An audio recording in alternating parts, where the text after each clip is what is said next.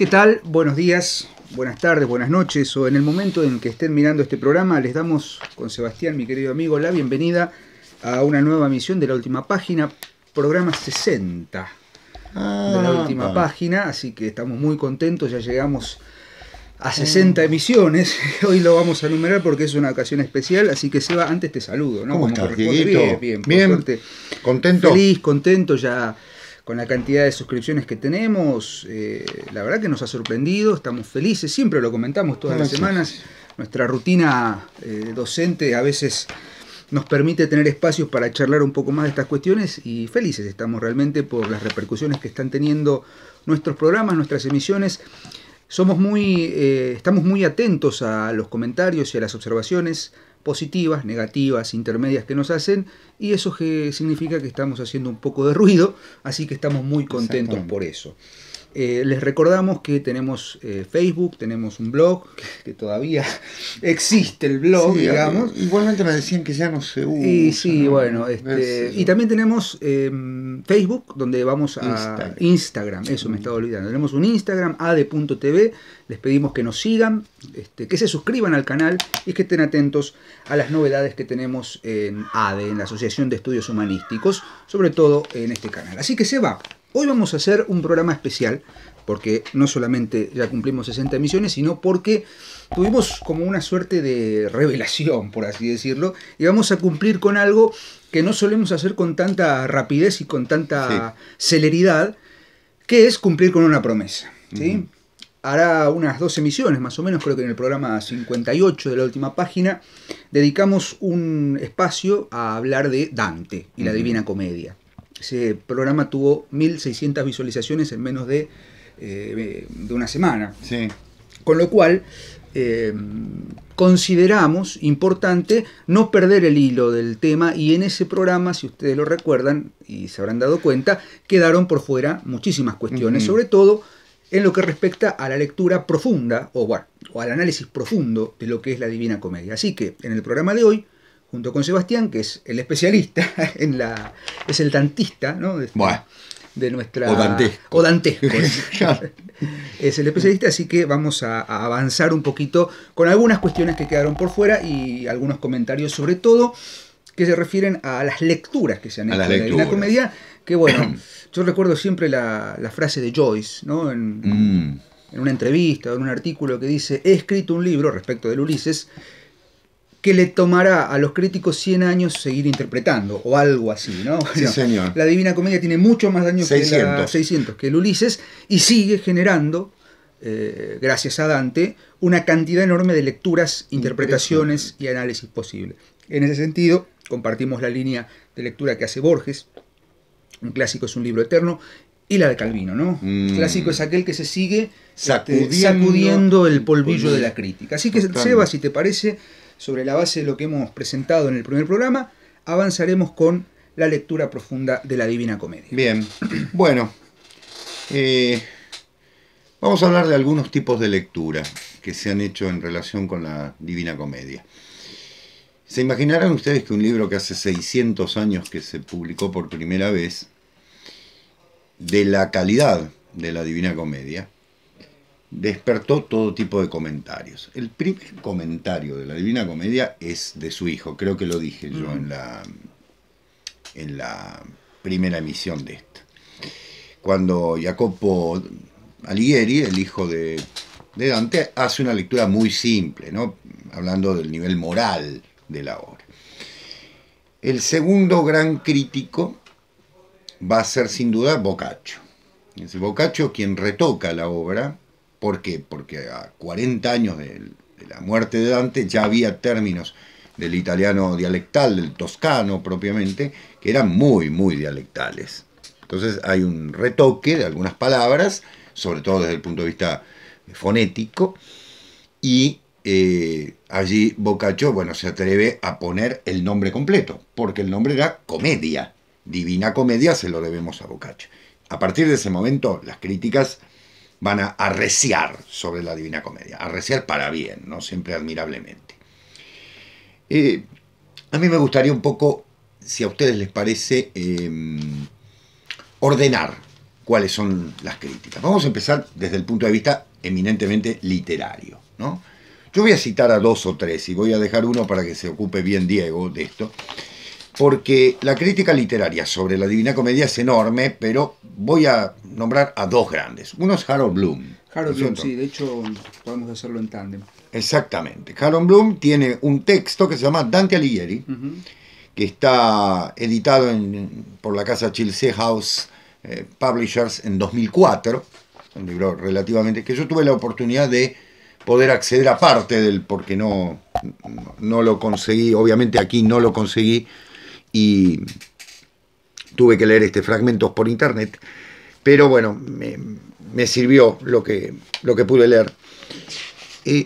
Bloom dice algo fundamental respecto de Dante. Dice que es un genio del lenguaje y lo compara con Shakespeare, en tanto Shakespeare y Dante fueron 2 grandes reformadores de su lengua. ¿Sí? Es decir, de alguna manera uno puede asegurar que en Occidente, yo acá me atrevo a una diferencia con Bloom, hay 2 padres de 2 lenguas, ¿no? Uno es Lutero con el alemán y el otro es Dante con el italiano, ¿no? Que se van a convertir, digamos, haciendo padre de todo esto. Pero que la diferencia con Shakespeare, dice Bloom, es que Dante se nos impone. Sí. Frente a Shakespeare, que es más evasivo, ¿no? Es decir, de alguna manera Dante viene a proponernos una historia que parte desde un yo, obviamente, y que es mucho más, digamos, asequible para el público. Desde el punto de vista de que la historia de Dante es la historia del personaje en el poema, es una historia que tiene que ver con una historia de amor, fundamentalmente, que tiene su correlato con la Vita Nuova, ¿no? El otro gran texto de Dante. Pero voy a dejar a Bloom, también Diego va a desarrollar algo de eso, para centrarme en otro gran crítico, que en este caso es el gran italiano Benedetto Croce. Croce tiene un enorme libro que se llama La poesia di Dante, scritti di storia letteraria e politica, que realmente es el tomo 17 de sus obras, para que ustedes se den cuenta, en el cual hay algo fundamental que, digamos, Croce viene a sostener desde el punto de vista de ese idealismo literario en el cual se basaba Croce, que la comedia tiene un valor científico. Claro. Dice Dante, del mismo modo que la ciencia viene a clasificar el mundo, Dante vino a clasificar el transmundo. O sea, hace una metaciencia, si se quiere, ¿no? ¿Por qué? Porque él considera a la Divina Comedia una novela teológica que por la misma naturaleza de la religión, estoy citando, de cuyo dominio se sustrae, es por efecto de los intereses políticos y éticos de Dante una utopía política y ética. De alguna manera, Croce, sosteniendo la idea de que el uso estético que hace Dante tiene un fundamento ético y político, en medio de un siglo en el cual las crisis políticas en Italia eran enormes, ya lo habíamos hablado en el programa anterior, Dante viene a proponer una utopía. Yo no comparto esta idea. ¿Sí? La idea de utopía justamente es algo que criticamos en algún programa, pero valga decirlo que lo dice Croce y obviamente es un crítico de muchísimo alegato. Por otra parte, intuye y subraya la idea fundamental de que el poema tiene un sentido enormemente alegórico, ¿no? Un sentido alegórico que tiene que ver con el valor moral de la obra. Ahí comparto plenamente lo que dice Croce. La alegoría... La misma línea de Eliot, ¿no? Claro, exactamente. Ahí vamos en ese sentido. Ustedes saben que Eliot y Diego, en un programa que, bueno, subiremos después, saldrá en unos días. Claro. Nos hemos ocupado del gran poeta inglés, norteamericano. Es más inglés que norteamericano. Exactamente, británico. Gran deudor de Dante, por otra parte. Claro. Hace toda una operación de ubicación de Dante. Tiene en sus ensayos selectos un enorme ensayo de unas cuantas páginas sobre Dante, que se llama Dante, por otra parte. Y que yo quiero resumir en 3 o 4 puntos fundamentales. El primero es que Eliot dice, la lengua de Dante es legible para cualquier europeo. Bueno, uno dice, a ver, este hombre que se bebió, ¿no? Creo que está con el té frío nuestro, sí. Sobre todo porque era inglés, claro. Pero, con la malta. Claro. Pero lo que está diciendo Eliot es que el italiano de Dante, en el momento en que Dante lo escribe, es reconocible para un inglés, para un francés, para un alemán o para un español, en tanto el latín todavía era la lengua común de estudio. Y el italiano es la lengua más, según Eliot, es la lengua más apegada al latín. Por lo tanto, es casi un latín popular, diríamos así. El bajo latín medieval, ¿sí? El bajo latín que va a dar la base para la creación de las lenguas, para el nacimiento de las lenguas romances, bueno, evidentemente tiene una gran cercanía con el italiano. Y lo segundo que resalta es el uso intenso de la alegoría. Por eso, bien decía Diego, la relación con esto. El valor que tiene el poema, Eliot resalta sobre todo la enorme caracterización pictórica del infierno, pero el enorme, dice Eliot, la parte más bonita de la Divina Comedia es el paraíso. No porque sea lo alegre, sino porque es lo más difícil de escribir. Yo diría que el purgatorio también, ¿no? La verdad que una espera es una cosa espantosa, pero hablar de un paraíso es algo muy complicado, sobre todo para personas, Eliot está pensando en el siglo XX, que vivimos, o que vivimos directa o indirectamente, la historia del siglo XX, de las guerras mundiales, de los campos de concentración. Nos es muy difícil imaginarnos un paraíso. Un infierno es mucho más fácil de explicarnos. Por lo tanto, él dice que la gran obra de Dante en la Divina Comedia es, sin lugar a dudas, el paraíso. Que hablar de un paraíso es trabajar con un texto absolutamente, ¿cómo decirlo?, difícil de comprender para un ser humano de esta época. Tipo de lectura literaria, seguimos, hay muchos más. Podríamos hablar incluso de Sant'Agata, ¿no es cierto? Que ya hablamos de él, de George Santayana, perdón, que es otro crítico que nombramos en su momento para Goethe. Pero me interesaría entrar en otro tipo de lectura, la segunda tipo de lectura, que es la lectura esotérica. Sí. El poema ha sido leído desde el punto de vista esotérico de muchas maneras. Yo voy a nombrar algunos para que ustedes lo vean. Mario Alessandrini, en 1960, publica un libro que se llama Dante Fedele d'Amore, o sea, le da la interpretación de que Dante pertenece directamente al grupo de los fieles de amor y por lo tanto el texto es un texto absolutamente cifrado para ellos. Gabriela Bartolozzi, Esoterismo ed esoterismo nella ópera dantesca, del año 2001, es un texto bastante cercano, que hace una alusión respecto de los claros mensajes esotéricos, es decir, los claros mensajes ocultos, en relación con los símbolos trabajados en la época. Titus Burckhardt, que no puedo dejar de nombrarlo, Ciencia Moderna y Sabiduría Tradicional, el capítulo 5 está dedicado a la influencia de todas las ciencias sagradas en Dante, se los recomiendo. En relación con la astrología. Con la astrología, exactamente. Emma Cusani, Il grande viaggio nei mondi danteschi, Iniziazione ai misteri maggiori, de 1993, es un libro en el que se trabaja con el concepto de viaje trascendental. Pensemos, por ejemplo, no solo en los textos de tipo literario, como puede ser, por ejemplo, la Odisea o la Eneida, o el mismo Gilgamesh, sino fundamentalmente con los textos sagrados, el Corán, el Ardaviraf, ¿no?, que son textos en los que se habla de viajes en otro mundo. Y llegó al pensador, René Guénon. Guénon tiene dos libros, uno dedicado a Dante específicamente, que es El esoterismo de Dante, publicado en castellano en 1985 por Dédalo, ya está, por supuesto, el original es en francés, y Esoterismo cristiano, Dante el Grial, los Templarios, que es una edición del 93 de Editorial Obelisco, en los que se dedica algunos capítulos a Dante. ¿Qué dice Guénon fundamentalmente en este sentido? Que, valga decirlo, en Dante hay una especie como de pararrayos de todo el saber. Sí, claro, concentra todo el saber de la tradición unánime que se podía vivir desde el cristianismo, desde el islam, incluso de las tradiciones anteriores.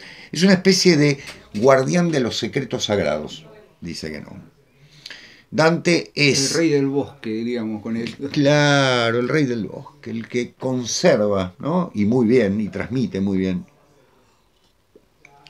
todos estos saberes. Pero me voy a ir a un texto interesantísimo que les recomiendo, que es el de Giovanni Pascoli.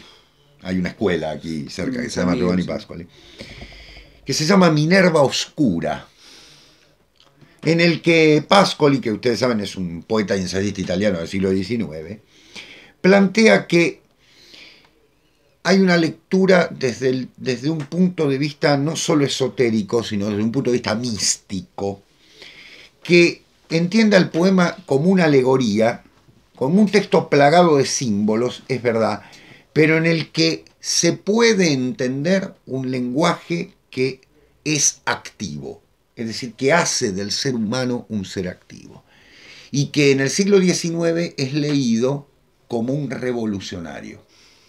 Bueno, eso es muy típico, ¿no? Yo he leído textos sobre Dante socialista, por ejemplo, ¿no? O Dante promotor de la revolución. Me voy a reservar por en este caso mis observaciones, porque ya me han retado muchas veces los suscriptores respecto de esta, ¿no? Estas lecturas ad hoc, ¿no? Pero bueno, nada. Sepa el público que tengo mis observaciones respecto, sobre todo lo que se ha hecho con de pronto Antígona y otras cuestiones. No viene al caso, perdón. Me parece también es una sobreexigencia al texto, ¿no? Es encontrarle al texto algo que, o sea, si bien se sacude el polvillo de la crítica, tampoco le echemos polvillo de más, ¿no? Claro, totalmente. Yo creo que es enterrar el texto, ¿no? Hacer ese tipo de cosas, hacer lecturas desde el punto de vista de la política del siglo XX o siglo XXI, de un texto de hace 600 años, me parece un delirio. En todo caso, veamos lo que pasaba en la época, ¿no? Para poder entenderlo. Tercer enfoque, desde un enfoque católico. Bueno, aquí hay un libro clave, que es el del padre Romano Guardini, ¿no? Que es un sacerdote católico alemán, que tiene dos libros, Panorama de la Eternidad y El Ángel en la Divina Comedia del Dante. Los dos están editados por MC en Argentina, traducidos, por supuesto. Yo, de Panorama de la Eternidad, les voy a decir que se los recomiendo muy favorablemente. Lo único que podríamos observar de la lectura del padre Guardini es que se llama Romano Guardini, pero escribía en alemán, porque era alemán, aunque era hijo de italianos, pero había nacido en Alemania, que hace una lectura desde el punto de vista eminentemente teológico católico. Es decir, él ve el texto como un texto eminentemente católico. Se ha quedado sin tabaco, profesor. Sí, ha sido. Bien, perfecto. Avatares técnicos. Sí. Es decir, una lectura propiamente, digamos, que sirve para la finalidad de la enseñanza cristiana. O sea, el padre Guardini lo ve a Dante como el gran escritor católico. Yo me he encontrado muchas veces con ese tipo de lecturas y con personas que me lo dicen. Hay observaciones a hacer, no sé si están así, ¿no? Me parece que no del todo. Más bien parecería ser, en última instancia, una máscara de otras cosas. Pero bueno, eso tendríamos que hablarlo en otro momento. El otro texto católico fundamental es el de Giovanni Papini, ¿no? Que es el Dante vivo. Uno de los libros más apasionados escritos sobre Dante, bien típico de Papini, ¿no? Dice Papini algo fundamental. Para entender la Divina Comedia hay que ser florentino. ¿Sí? Bueno, sobre el lenguaje Papini era florentino, entonces bueno, claro, es decir, solamente lo podemos entender nosotros. Juega de local, digamos. Exactamente. Y él dice que tiene una teoría, que la Divina Comedia tiene dos grandes corrientes ideológicas. La tomista, dada por la estructura teológica de fondo, y la joaquinista, dado por el aliento profético a partir de la innovación que en el siglo XIII había realizado Joaquín de Fiore, ya lo habíamos nombrado, respecto de cierto momento del espiritualismo, tercera etapa de la espiritualidad. La etapa del Padre, del Hijo, falta la del Espíritu Santo. Es decir, Papini ve en la obra un mensaje cifrado a partir de dos personajes, de dos imágenes, dos símbolos, el Veltro y el Dux, de las cuales ya hablamos, que tienen una significación enorme para la transformación simbólica del poema. El cuarto enfoque es el enfoque musulmán. Bueno, aquí no puedo dejar de nombrar, obviamente, al padre Asim Palacios, del cual ya hablé, ¿no? La escatología musulmana en la Divina Comedia, libro que está editado por Acantilado, con lo cual no sé, bastante complejo, está en internet, se los recomiendo. El padre a Sin Palacios hace una exégesis destacadísima del poema, yéndose más allá de lo teológico para entrar en el aspecto directo de la influencia musulmana sobre el poema. Es decir, hay una visión musulmana, criptomusulmana en el poema que viene a significar un mensaje de trascendencia. Perfectamente es un texto que podría ser compartido, ¿no? En este sentido. Aclaro que el padre Sin Palacios es un padre católico, ¿no? Un sacerdote católico. Y finalmente voy a hacer algunas recomendaciones en relación con la lectura histórico-filosófica. No quiero dejarle tiempo a Diego porque estoy insoportable. No, al contrario. Uno es el libro de Tien Gilson, La filosofía de la Divina Comedia. El libro de Gilson hace toda una reflexión respecto de las influencias teológico-filosóficas de la época. Imagínense ustedes el tomismo, el agustinismo, ¿no? Toda la escuela de París, todo lo que tiene que ver con las transformaciones filosóficas desde el punto de vista del nominalismo, están presentes en el poema. El segundo es el de Jacques Le Goff, El nacimiento del purgatorio, editado por Taurus, que es un libro estupendo para entender que allá por el siglo X nace esta concepción del purgatorio en Occidente, si bien tomada desde el Islam, y que no va a ser considerada como canónica hasta mucho después de la muerte de Dante, ¿no? Si bien el Concilio de León había hablado de la idea de rezar por los muertos, recién los concilios del siglo XV, o sea, después de muerto Dante, van a tener en cuenta que el purgatorio existe, pero que no es una creencia dogmática. Y por último, ¿no es cierto?, para nombrar uno de los historiadores, permítanme que lo busque porque no me acuerdo, acá está. Es un libro del siglo XIX, que es el de Frédéric Antoine Ozanam. Ozanam es una historia, debo nombrarlo de otra manera, el beato Frédéric Ozanam. ¿Por qué? Porque se lo declaró beato. Yo supongo que debe ser por su enorme fe y aparte por haber escrito Dante en la Philosophie catholique au XIIIe siècle, o sea, en el siglo XIII, ¿no? Que es un libro de 1847 que se puede conseguir en internet, yo lo bajé de internet, que tiene una característica clave. Ozanam hace una lectura histórica del texto, basándose en la influencia del derecho romano. Muy interesante para ver. Es decir, cómo la tradición del legado histórico romano está presente en el poema. De forma tal que la filosofía católica no viene a ser ni más ni menos que un fundamento metafísico, si se quiere, trascendente, de un sistema romano que tiene su fundamento también en, obviamente, la tradición jurídica de la Roma del momento. Pero,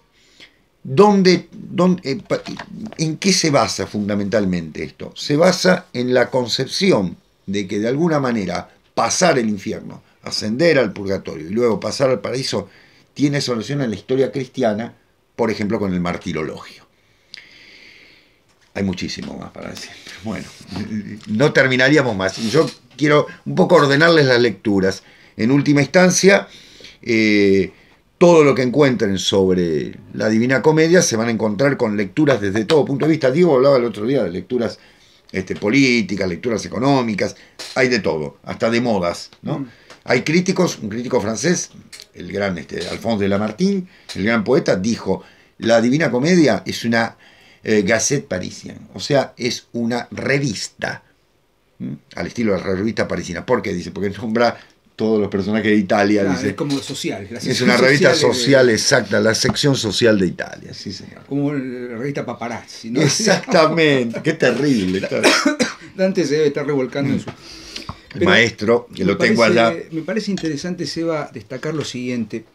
¿Por qué Dante Alighieri y la Divina Comedia genera esta multiplicidad de lecturas? Porque está en un punto coyuntural, me parece, de la historia de la cultura política, social, religiosa, espiritual del hombre. Exacto. Que es ese pivot, ¿no? Entre fin de la Edad Media, el otoño, se acerca, se aproxima, lo que Huizinga llama el otoño de la Edad Media y lo que también nuestro querido Ángel Fareta siempre destaca en su teoría, ¿no? Es verdad. Empieza la diáspora de alguna manera, o empieza a anunciarse la diáspora de estos elementos tradicionales. Exactamente. Cuando habla Dante, se detiene el mundo. Como Shakespeare. Como cuando habla Shakespeare. Por eso Harold Bloom, en ese sentido, retomo un poco lo que planteabas. No, adelante, por favor. Considera que en Dante hay un misticismo superior. A ver, el argumento lo has contado muy bien. Es un viaje en medio de la selva selvacha, ¿no? Exacto. Dante busca a Beatrice. Sería muy ingenuo considerar que Beatrice era la mujer. Claro. O sea, es la mujer, sí, pero es otra cosa, según Bloom, ¿no? Es la Sofía, después será la Sofía Perenni para Titus Burckhardt.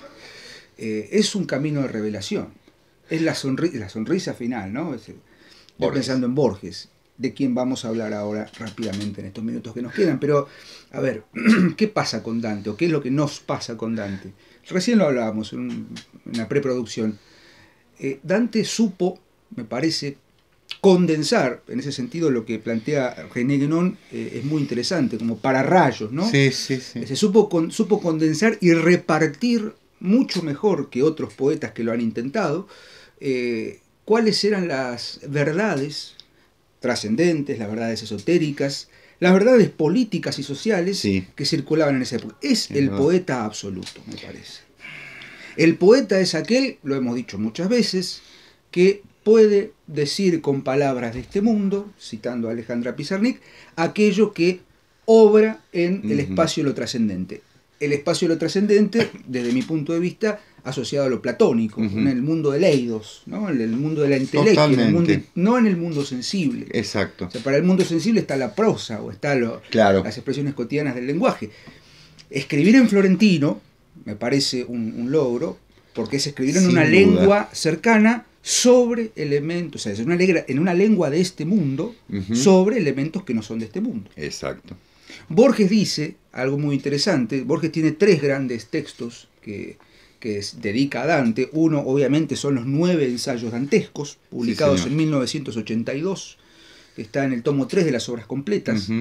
Borges no leía italiano, así que lo que hizo fue leerlo en un tranvía, en italiano y en inglés, confrontando, tratando de sacar, digamos, sus propias conclusiones. Y lo que Borges dice, por ejemplo, en esos ensayos, o en el ensayo, en la conferencia, en rigor, de 7 noches dedicada a Dante, dice lo siguiente: en oposición, dice, a las lecturas teológicas o esotéricas, lo que Borges sostiene es que es un poema que no es el resultado de una visión. Claro, ¿no? La visión es muy corta, ¿no? En una visión tenemos un hecho breve, algo que se manifiesta, una epifanía. Es lo opuesto del padre Guardini. Claro, por eso digo, son tan ricas las lecturas y se pueden confrontar y se pueden contraponer. Estamos facilitando la tarea. La comedia lo permite. Claro. ¿No? O sea, está bien, yo puedo leerlo desde el punto de vista esotérico, puedo leerlo desde el punto de vista político, puedo leerlo eminentemente desde lo puro literario, puedo jugarme un poco más y leerlo desde el punto de vista islámico. El resto, la comedia es perenne, sigue vibrando, sigue generando destellos que nos deslumbran y nos permiten entrar al texto de otra manera.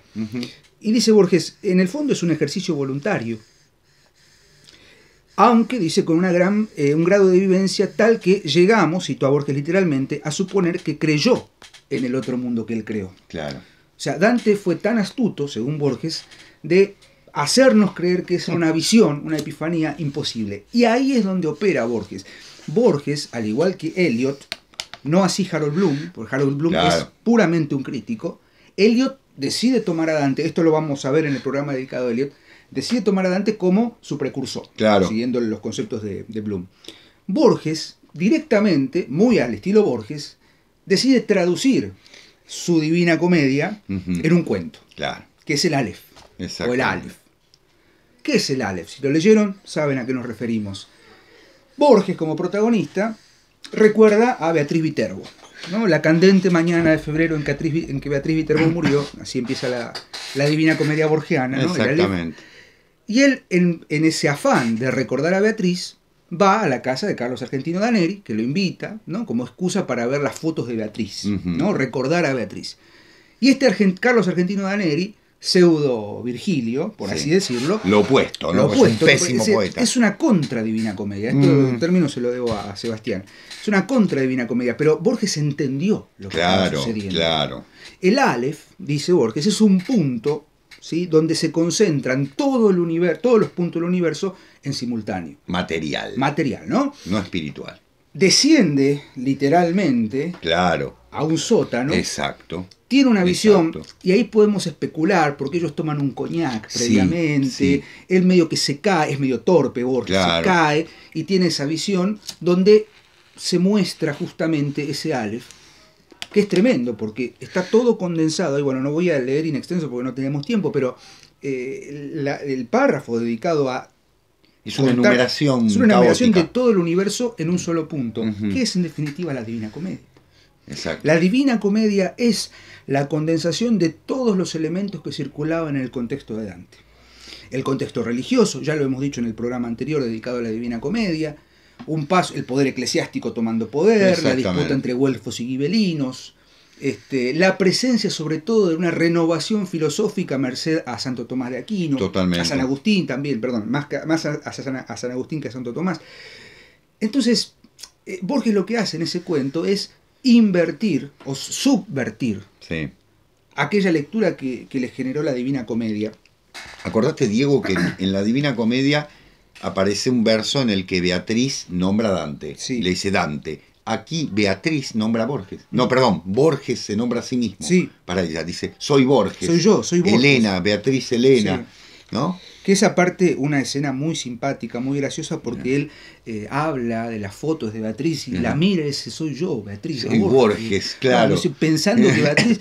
Y justamente desmontando, desarticulando esta cuestión de que, en rigor, Beatriz es algo trascendente, algo inextricable, algo inmutable, siguiendo la lectura de Bloom, la Sofía. Totalmente. La sabiduría. Pero la recordarás que él ve el cadáver de Yabusaná. Sí. Es espantoso. Es terrible. Es decir, es un descenso en el cual él no ve el alma de Beatriz. Sí. Aparte de las cartas obscenas. Les recomendamos, ¿no?, la relectura del cuento de Borges, que está en el libro, el Aleph, justamente. Y voy a leer el final, que dice así: que hay un falso Aleph, dice que el Aleph que él vio es un falso Aleph. Dos observaciones quiero agregar, una sobre la naturaleza del Aleph, otra sobre su nombre. Como es sabido, es la primera letra del alfabeto de la lengua sagrada, del hebreo. Su aplicación al disco de mi historia no parece casual. Para la Cábala, esa letra significa el En Sof, ya hemos hablado de esto. La ilimitada y pura divinidad. También se dijo que tiene la forma de un hombre que señala el cielo y la tierra, para indicar que el mundo inferior es el espejo y es el mapa del superior. Para la Mengelher es el símbolo de los números transinfinitos, en los que el todo no es mayor que alguna de sus partes. Y nosotros ya dijimos todo lo que podíamos decir hasta ahora. Así que exactamente, vamos a dejar aquí el programa, Seba, y sigan la lectura por su cuenta. Lean la Divina Comedia, porque es un texto que yo sé que tiene sus dificultades, pero léanlo. Sobre todo si consiguen una edición anotada. La de Ángel Crespo no es mala, que está... La traducción es muy buena, pero bueno, viene con algunas notas. Y ahora tenemos la suerte de tener una traducción nueva en Argentina, que es la de Jorge Aulicino, que es un especialista en literatura italiana. Y nosotros nos veremos la semana que viene para seguir leyendo en una nueva emisión de La Última Página. Gracias, Seba, como siempre. Gracias a vos, Dieguito. Y gracias a ustedes. Hasta la semana que viene. Adiós, gracias.